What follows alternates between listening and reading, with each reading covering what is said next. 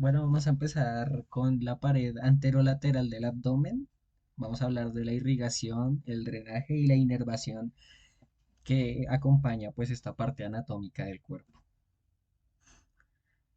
Para empezar tenemos que la irrigación va a estar compuesto principalmente por cinco arterias como principales. Tenemos la epigástrica superior, que básicamente es la continuación de la torácica interna, de la arteria torácica interna, que atraviesa la vaina del músculo recto del abdomen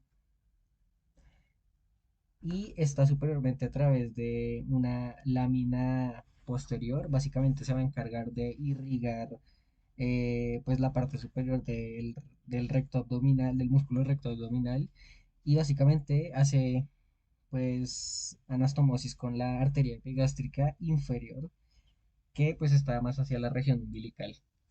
Sobre la epigástrica inferior, básicamente tenemos que se origina de la arteria ilíaca externa, que básicamente está por la parte superior del ligamento inguinal.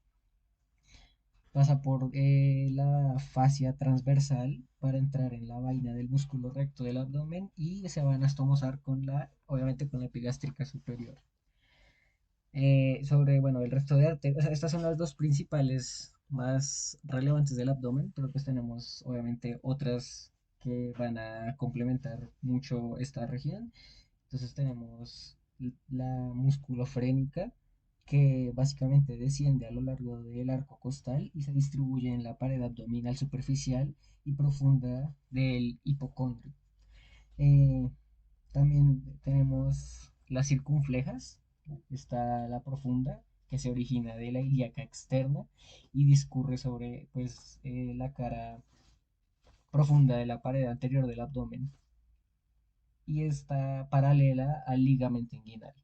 La otra que tenemos es la circunfleja ilíaca superficial, y básicamente esta se origina en la arteria femoral y pues discurre al tejido más subcutáneo del ligamento inguinal y se une un poco a a la epigástrica superior por la parte subcutánea del ombligo. Y ya para terminar, pues vamos a hablar de básicamente las intercostales posteriores 10 y 11, que son ya las últimas pues intercostales. Y básicamente estas pues nacen de la aorta y descienden pues por la pared abdominal entre el oblicuo interno y el transverso. O sea, se van a encargar de esos dos músculos. Para el drenaje vamos a básicamente tener principalmente pues la vena femoral, la ilíaca externa, que normalmente transporta hacia la vena epigástrica. También tenemos la periumbilical, bueno, las periumbilicales, todo este conjunto se va a anastomosar y pues va a seguir hacia la torácica, va hacia como hacia la parte más torácica, hacia la parte epigástrica y lateral, y pues va a terminar obviamente en la vena porta, que pues obviamente las venas abdominales normalmente terminan ahí pues para una revisión de la parte de la absorción intestinal. Y bueno, ya luego va hacia la cava y pues simplemente hacia el corazón, finalizando pues el drenaje. Sobre la inervación, pues tenemos obviamente los dermatomas, que básicamente van desde T7 hasta T12, ya que, bueno, ya la parte del E1 ya inerva un poco más la parte pélvica. Y bueno, esa es la parte como superficial de, del abdomen. Y pues básicamente tiene un conjunto de ramas principales que son las troncoabdominales, las cutáneas laterales, los nervios subcostales y el hilo hipogástrico. Normalmente estas o sea, lo que es de la T7 a la T12 eh, no forma plexos. Y bueno, o sea, los plexos que se van a formar ya van a ser más de L1, sí, de L1 hacia también los nervios del sacro. Bien, ahora vamos con el segundo punto, que es el canal inguinal.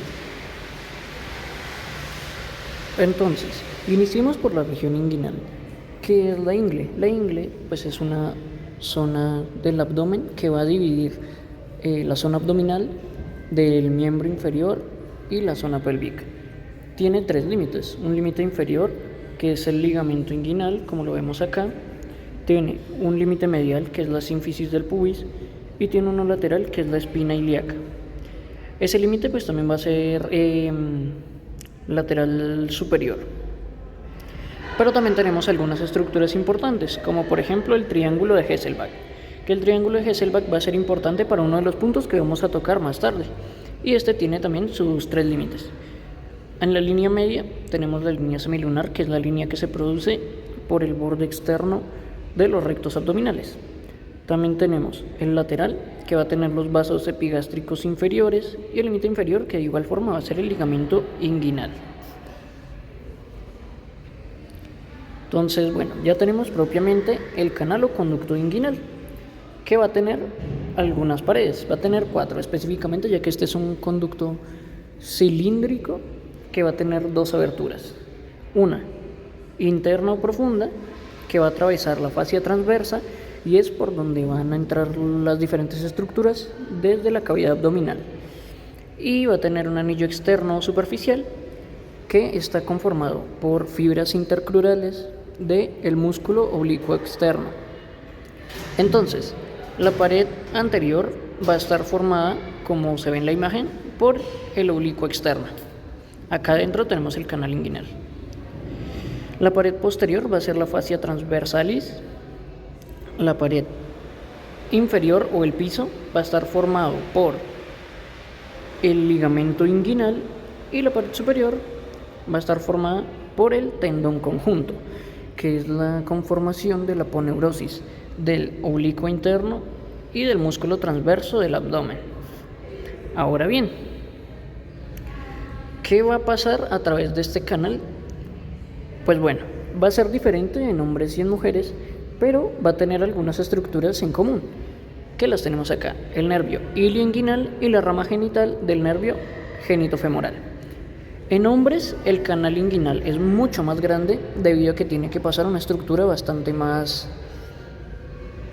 podríamos decir, pues más grande realmente, que es el cordón espermático. El cordón espermático contiene todas estas demás estructuras, que va a ser el conducto deferente, la arteria testicular y arteria del conducto deferente, el plexo pampiniforme, que van a ser las venas que van a drenar la sangre de la zona escrotal, nervios autónomos y vasos linfáticos. El canal inguinal lo que va a hacer es conectar la cavidad abdominal con los genitales externos. Y por eso mismo en la mujer tenemos el ligamento redondo del útero, que va a conectar el útero hasta los labios mayores. El cordón inguinal, el canal inguinal en el hombre va a conectar la cavidad abdominal con la cavidad escrotal. Y bueno, ahora tenemos la diferencia entre una hernia directa y una hernia indirecta. La hernia directa, como había mencionado antes, va a ser importante debido al triángulo de Hesselbach, ya que esta se puede causar por un aumento de la presión intraabdominal y por una debilidad de la pared abdominal justo en ese triángulo, debido a que va a tener una zona de debilidad en donde pueden protruir las diferentes vísceras, como se puede ver en esta imagen, a través de la pared y ir hacia el exterior. Por otro lado, tenemos la hernia indirecta, que va a atravesar directamente el canal inguinal, entrando por el orificio profundo y saliendo por el orificio superficial. En algunos casos la hernia puede llegar hasta el escroto, pero es en casos bastante graves. Entonces, como vemos acá, la diferencia es el lugar por donde protruyen las vísceras. Sin embargo, el mecanismo va a ser el mismo. Por lo general, la indirecta va a ser la más común que aparezca. Y va a ser mucho más común en hombres que en mujeres, debido a que en mujeres va a estar la hernia femoral. Y bueno, pues en resumen, eso es un poco el apartado del canal inguinal. En el tercer punto vamos a hablar del recto y del conducto anal. Para iniciar vamos a ver que el recto va a tener una longitud aproximada de 12 a 15 centímetros, va a empezar a nivel de S3 y va a terminar en la unión anorrectal. El conducto anal va a iniciar en la unión anorrectal y va a terminar en la superficie del ano, con una longitud aproximadamente de 3 a 4 centímetros. En la fascia vamos a ver que el recto va a tener una fascia que es la fascia rectal. Esta fascia va a provenir de la fascia endopélvica, que es el tejido conjuntivo que va a tapizar las paredes internas de las pelvis. Esa fascia rectal va a tener unos pliegues tanto anteriores como posteriores. En los pliegues anteriores vamos a ver que va a haber un tabique recto vesical en el caso del hombre y uno recto vaginal en el caso de la mujer. A nivel posterior, la fascia rectal va a dar un pliegue que es la fascia presacra. Es el tejido conjuntivo que va a ir por delante del sacro. La función de esta fascia va a ser de sostén y va a ayudar a la delimitación de los órganos. En características anatómicas vamos a ver que el colon sigmoides va a generar el recto cada vez que avanza. Pero vamos a ver que la diferencia del colon sigmoides al recto, primero, es la ausencia de las austrias. Segundo, vamos a ver que las tenias se van a engrosar y van a permitir la formación de la pared del recto.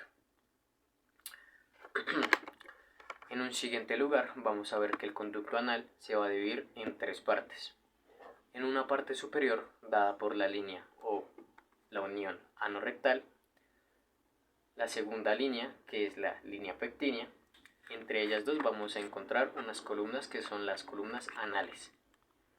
Y esas columnas anales van a formar las válvulas semilunares del ano. Después una tercera línea, que va a ser la línea del borde anal. Además de eso, vamos a hablar de la musculatura anal. Hablaremos de dos esfínteres, uno externo y uno interno. El externo es el más alejado a la luz del recto y va a tener tres porciones, una profunda, una superficial y una subcutánea, que la subcutánea es la más cerca a la superficie. En la subcutánea vamos a encontrar que hay unos músculos que son los músculos corrugadores del ano. Y vamos a hablar del esfínter interno. El esfínter interno va a estar más cerca de la luz del recto y va a tener unas fibras autónomas, por lo tanto no es voluntario, a diferencia del esfínter externo. Después hablaremos de que el esfínter externo va a formar un ligamento que es el ligamento anococcigio, que va a permitir la unión del esfínter externo con el coxis. Vamos a hablar de diferentes curvaturas que tienen el recto, unas anteroposteriores y unas laterales. En las anteroposteriores, dependiendo la anatomía esquelética en este caso, hablaremos de una flexura sacra, que es cóncava hacia adelante, y una flexura anorrectal, que ella es la encargada de que el recto descienda para formar el conducto anal, que esa es cóncava hacia atrás, y va a estar mantenida por el músculo puborectal. En las laterales, en las curvaturas laterales, van a estar dadas por los pliegues transversos del recto. Vamos a tener dos tipos de pliegues, dos derechos y uno izquierdo. En los derechos se van a denominar superior e inferior, y en el izquierdo se va a denominar medio. Estos van a generar unas curvaturas, dos derechas y dos izquierdas. En las derechas es la superior y la inferior, que tienen una convexidad hacia la derecha, y en la izquierda va a ser la media, que va a tener una convexidad a la izquierda. Por otro lado, vamos a hablar de las capas del recto y del canal. Del recto vamos a tener las capas que son mucosa, donde se encontrará el epitelio, que normalmente es cilíndrico simple, submucosa, muscular propia, que ahí encontraremos la longitudinal interna y la circular externa, y la capa adventicia o serosa en la parte superior. Vamos a tener que este va a estar formado por músculo liso, especialmente la capa muscular propia. Por otro lado, el conducto anal va a tener un músculo estereoesquelético, ya que el esfínter externo es voluntario y es necesario ese tipo de músculos. El conducto anal va a tener otra diferencia y es el tipo de epitelio, porque va a haber una transformación de epitelio cilíndrico a un epitelio plano estratificado al inicio, no queratinizado, y ya cuando esté más a la superficie del ano, queratinizado. Por otro lado, ya vamos a hablar de la irrigación. La irrigación del recto va a estar dado por diferentes ramas, una rectal superior, una rectal media y una rectal inferior. La rectal superior va a provenir de la mesentérica inferior y va a irrigar toda la parte superior del recto. La rectal media, que va a irrigar la parte media del recto, va a provenir de las ramas de la ilíaca interna. Y por último, la arteria rectal inferior, que va a irrigar tanto el recto inferior como el conducto anal, van a ser ramas de la pudenda interna. Y la pudenda interna es rama de la ilíaca interna. Por otro lado, vamos a hablar del drenaje venoso y hablaremos de las venas rectales superiores y rectales medias e inferiores. Algo importante es que la rectal superior va a drenar a la vena mesentérica inferior y esa va a drenar al sistema portohepático. Y las rectales medias inferiores van a drenar a las venas ilíacas internas y esas van a drenar a todo el sistema de cava, o sea, va a drenar a la cava inferior. Es importante ya que esto es una de las anastomosis portocava y es importante para la patología de hemorroides. Además de eso, el drenaje también va a estar dado por los plexos venosos. Esos plexos venosos rectales, tanto externos como superficiales, van a estar ubicados en diferentes capas de ese recto. Y por último, vamos a hablar de la inervación. El recto va a tener una inervación parasimpática dada por las ramas S2 a S4 de la médula espinal y van a estar viajados por los nervios esplácnicos pélvicos. El simpático va a ser por el plexo hipogástrico inferior. Vamos a ver que el conducto anal en la porción superior va a estar dado por las fibras viscerales o la sensibilidad vagal. En la porción inferior, o sea, bajo la línea pectínea, va a ser por el nervio pudendo, dando el dolor, el tacto y la temperatura de toda esa zona anal. Entonces espero que haya quedado claro. Nuestra cuarta pregunta básicamente es que cuáles son las cuatro anastomosis portocavas del sistema y por qué su importancia. Entonces, en esta gráfica podemos observar las cuatro anastomosis. En primer lugar, vamos a tener la del esófago, que está constituida por la vena gástrica izquierda, que pues básicamente va a ser el sistema porta. Y por otra parte, vamos a tener la venas esofásicas, que pues son las sistémicas, las tributarias de la ácigos y la hemiácigos. Entonces, la importancia justamente de esta, que es la que podemos observar con el número uno debajo del lóbulo izquierdo del hígado, es que, pues gracias a esta gran irrigación que tiene esta zona, pues se pueden formar las varices esofágicas que pueden sagrar de forma masiva, pues en la hipertensión portal. En segundo lugar, tenemos la del área umbilical, que básicamente va a estar constituida por la vena paraumbilical, que es del sistema porta y está ligada pues al ligamento redondo, junto con la vena epigástrica superficiales, que en este caso pues van a ser las sistémicas, y lo que va a producir justamente estas es lo que nosotros conocemos como la circulación colateral de cabeza de medusa cuando hay una hipertensión portal. Esta la podemos observar con el número 2 que está sobre el ligamento falciforme, pues en el gráfico. En tercer lugar, tenemos las del recto y el canal anal, que básicamente van a estar dadas por la vena rectal superior, que es del sistema porta, y las venas rectales media e inferior, que son sistémicas y que pues nos van a drenar hacia la ilíaca interna. La importancia de esta es que justamente por la irrigación que se da en el número 3 del gráfico, van a ser las causantes de las hemorroides, aunque pues las más comunes no siempre van a ser por hipertensión portal, pero pues justamente por la irrigación nos va a ayudar a que sangre más esa zona. Y ya por último tenemos las que son del retroperitoneo, que van a estar dadas por pues las venas cólicas, las duodenales y las pancreáticas, junto con el sistema pues de venas retroperitoneales. Entonces la importancia es que pues clínicamente no es tan visible, pero va a contribuir muchísimo pues al drenaje alterno en la hipertensión portal. Entonces, pues sobre todo como la importancia de todo esto que les acabo de mencionar, pues aparte de justamente la implicación de cada una, es que pues nos van a permitir un drenaje accesorio de todo pues el sistema gastrointestinal mencionado anteriormente y, y pues que generalmente en la hipertensión portal, como lo acabamos de darnos cuenta, pues se dilatan y van a buscar como las vías alternas para que la circulación pues llegue al sistema acá.